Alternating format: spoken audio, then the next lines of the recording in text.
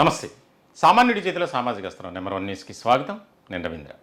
ఆంధ్రప్రదేశ్లో గ్రేడ్ 3 కింద పనిచేస్తున్నటువంటి పంచాయతీ కార్యదర్శులు దాదాపుగా 8,000 మందికి పైగా ఉన్నారు. ప్రభుత్వం తాజాగా వారికి ఒక గుడ్ న్యూస్ చెప్పింది. నవంబర్ నెలలో 2025 సంబరాలు చేసుకున్నారు. ప్రభుత్వానికి కృతజ్ఞతలు తెలియజేశారు. ఆనందం, సంతోషం ఇంకా మర్చిపోకముందే మరొక పిడుగు లాంటి వార్త. అంటే ప్రభుత్వం తీసుకున్నటువంటి తాజా నిర్ణయంతో ఆ గ్రేడ్ 3 కింద పనిచేస్తున్నటువంటి గ్రామ పంచాయతీ కార్యదర్శులు తీవ్రమైనటువంటి నిరాశ, నిస్పృహ, అసంతృప్తి, వ్యతిరేకత ఇవన్నీ కూడా వారిలో కనిపిస్తున్నాయి. దానికి ప్రధానమైనటువంటి కారణం ఏంటంటే పే స్కేల్ తగ్గిస్తూ తాజాగా రిలీజ్ చేసినటువంటి జీవో.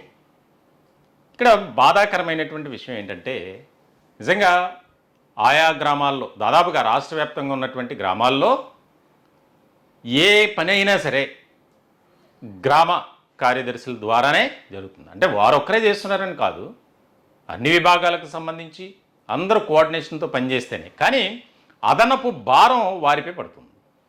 గ్రేడ్ 1 పంచాయతీ కార్యదర్శులు వారి పనితీరు ఒక రకంగా ఉంటుంది, గ్రేడ్ 2 వారి వర్క్ స్టైల్ ఒక రకంగా ఉంటుంది. కానీ గ్రేడ్ 3 ఏదైతే ప్రభుత్వం ఎందుకు ఈ నిర్ణయం తీసుకుంది, గ్రేడ్ 4, గ్రేడ్ 5 కింద పనిచేస్తున్నటువంటి గ్రామ కార్యదర్శులను గ్రేడ్ 3 కింద చేసి వారికి అంటే ఒక రకంగా చెప్పాలంటే పదోన్నతి కల్పించినట్లే పే స్కేల్ కూడా మార్చారు. దానికి సంబంధించి జీవో విడుదల చేశారు. ఎప్పుడు? నవంబర్లో, గత ఏడాది. మరి తాజాగా ఇచ్చినటువంటి జీవో ఇక్కడ ఆల్రెడీ దీనికి సంబంధించి నేను ఒక వీడియో చేయడం జరిగింది. సామాన్యుడి చేతిలో సామాజిక అస్త్రం నెంబర్ 1 న్యూస్ ఎప్పుడూ కూడా సామాన్యుడి పక్షాన నిలబడుతుంది. దీనిలో భాగంగానే రిటైర్డ్ ఉద్యోగులు కానీ, ప్రస్తుత ఉద్యోగులు కానీ, కాంట్రాక్ట్ నర్సింగ్ ఉద్యోగులు కానీ, అవుట్సోర్సింగ్ ఎంప్లాయీస్ కానీ వారి బాధలు, కష్టాలు, వారు ఎదుర్కొంటున్నటువంటి ప్రతికూలమైనటువంటి పరిస్థితులు అన్నిటి మీద నెంబర్ 1 న్యూస్ ప్రత్యేకమైనటువంటి వీడియోలు చేస్తుంది. అలాగే లైవ్ కార్యక్రమాలను కూడా పెడుతుంది. దానిలో భాగంగానే ఈ కార్యదర్శులకు జరిగినటువంటి అన్యాయంపై కూడా మేము నడుం బిగించాం. దీనికి సంబంధించి చాలా చాలా చాలా అన్యాయమనే చెప్పాలి. ఎందుకంటే వారి శాలరీసే చాలా తక్కువ ఉంటాయి, పని భారం చూస్తే చాలా ఎక్కువగా ఉంటుంది. మరి అటువంటి వారికి పే స్కేల్ మారుస్తూ జీవో విడుదల చేయటం ఏంటి? ఎంత దారుణం అది, ఎంత అన్యాయం అది. మేము వారందరి తరపున ప్రభుత్వానికి విన్నవించుకుంటున్నాం, మీరు తీసుకున్నటువంటి నిర్ణయాన్ని వెనక్కి తీసుకోండి. ఎందుకంటే వారికి ఇచ్చేటువంటి శాలరీయే తక్కువ, వచ్చేదే తక్కువ. మరి అటువంటి వారి విషయంలో మీరు ఎందుకు ఈ రకమైనటువంటి కఠిన నిర్ణయం తీసుకున్నారు? ఈ Panchayati Raj department deputy CM Pawan Kalyan గారు ఆయన చూస్తున్నారు. మరి ఆయనకు కూడా ఒక ఆలోచన రావాలిగా. ఇదంతా వారిలో ఉన్నటువంటి ఒక అసంతృప్తి నేను చెప్తున్నాను. దీనికి సంబంధించి అసలు జీవో, అప్పటి జీవో ఇప్పటి జీవో అసలు ఏం చెప్తుంది, దానికి దీనికి మధ్య ఉన్నటువంటి వ్యత్యాసం ఏంటి అనేది వివరించే ప్రయత్నం చేస్తారు. ముందుగా నవంబర్ 4వ తేదీ 2025 ఇచ్చినటువంటి జీవో ఏంటంటే దానికి సంబంధించి జీవో ఎంఎస్ నెంబర్ 91. దీనికి సంబంధించి చాలా అంశాలని ప్రస్తావిస్తూ the remaining post of panchayat secretaries is rationalized and readjusted by merging 5 exciting grades into 3 grades, that is grade 1, grade 2, grade 3. దీనికి సంబంధించి వారి పే స్కేల్ను మారుస్తూ గ్రేడ్ 3 పే స్కేల్ వచ్చేసరికి 28,280 నుంచి 89,720 ఈ మధ్యలో వారికి పే స్కేల్ అనేది ఉంటుంది. జీతం అనేది వారి ఎక్స్పీరియన్స్ని బట్టి దాన్ని బట్టి వారు క్యాలిక్యులేట్ చేసి ఇస్తుంటారు. దీనికి సంబంధించి ఇది నవంబర్ 4వ తేదీన 2025 వచ్చినటువంటి జీవో. అయితే దీనికి సంబంధించి తాజాగా ఏప్రిల్ 6, 2026న GO MS number 60 Panchayati Raj and rural development department దీనికి సంబంధించినటువంటి ఏమని వచ్చిందంటే ఆర్డర్. దీంట్లో చాలా క్లియర్గా అర్థం చేసుకోవచ్చు. ఎర్రటా ERRATA అంటే దీనికి సంబంధించి పొరపాటు అనేది మనకు అర్థమవుతుంది.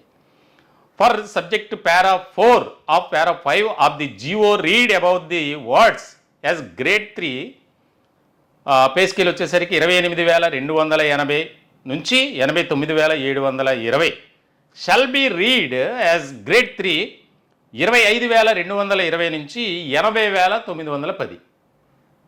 ఆ జీవోలో పొరపాటు జరిగింది, దానికి సంబంధించి దానికి బదులు మీరు ఇట్లాగా చదువుకోండి అంటే పే స్కేల్ మారుస్తూ ఇచ్చినటువంటి జీవోలో ఆ రకంగా ప్రభుత్వం మెన్షన్ చేసిందంటే ఇది ఏమనాలి? ఎందుకు ఈ విధమైనటువంటి ఆలోచన విధానంతో ముందుకు వెళ్తున్నారు? దీనికి సంబంధించి మరి special chief secretary to government Shashibhushan Kumar ఆయన వ్యవహరిస్తున్నారు. ఆయన పేరుతోనే ఈ 2 జీవోలు. అంటే అప్పుడు ఇచ్చినప్పుడు జీవో తెలీదా?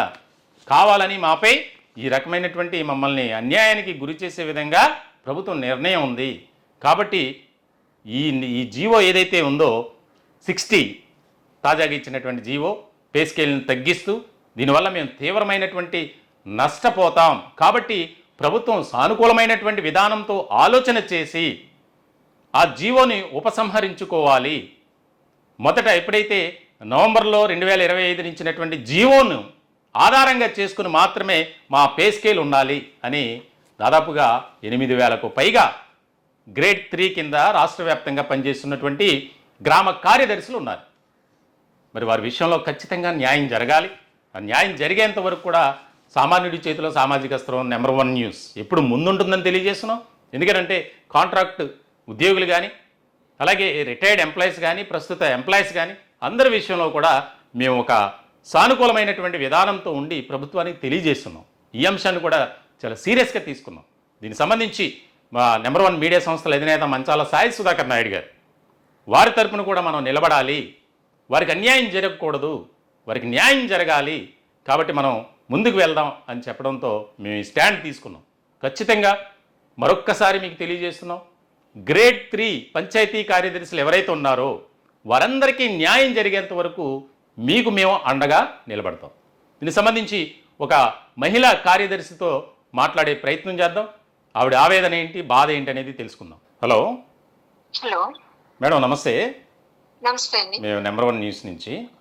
మేడం, మీకు జరిగినటువంటి అన్యాయం అది ఒక బాధాకరమైనటువంటి విషయమే, కానీ ఇది ప్రభుత్వం మళ్ళీ వెనక్కి తీసుకోవాలి. ఆ జీవోని ఉపసంహరించుకొని నవంబర్లో ఇచ్చినటువంటి 2025 నవంబర్లో ఇచ్చిన ఆ జీవో ప్రకారం పే స్కేల్ ఏదైతే ఉందో దాన్నే ఇంప్లిమెంట్ చేయాలని మేము కూడా కోరుతున్నాం.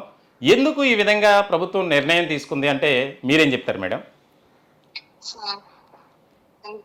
గతంలో ఇచ్చిన నవంబర్ లో జారీ చేసిన దాన్ని బట్టి మేము ప్రభుత్వానికి మేము నిజంగానే ఏంటంటే గవర్నమెంట్ ఏ డిపార్ట్మెంట్ లో చేయనంతగా పంచాయతీరాజ్ డిపార్ట్మెంట్ లో రెవల్యూషన్స్ అనేది చేంజెస్ అనేది తీసుకొచ్చింది సార్.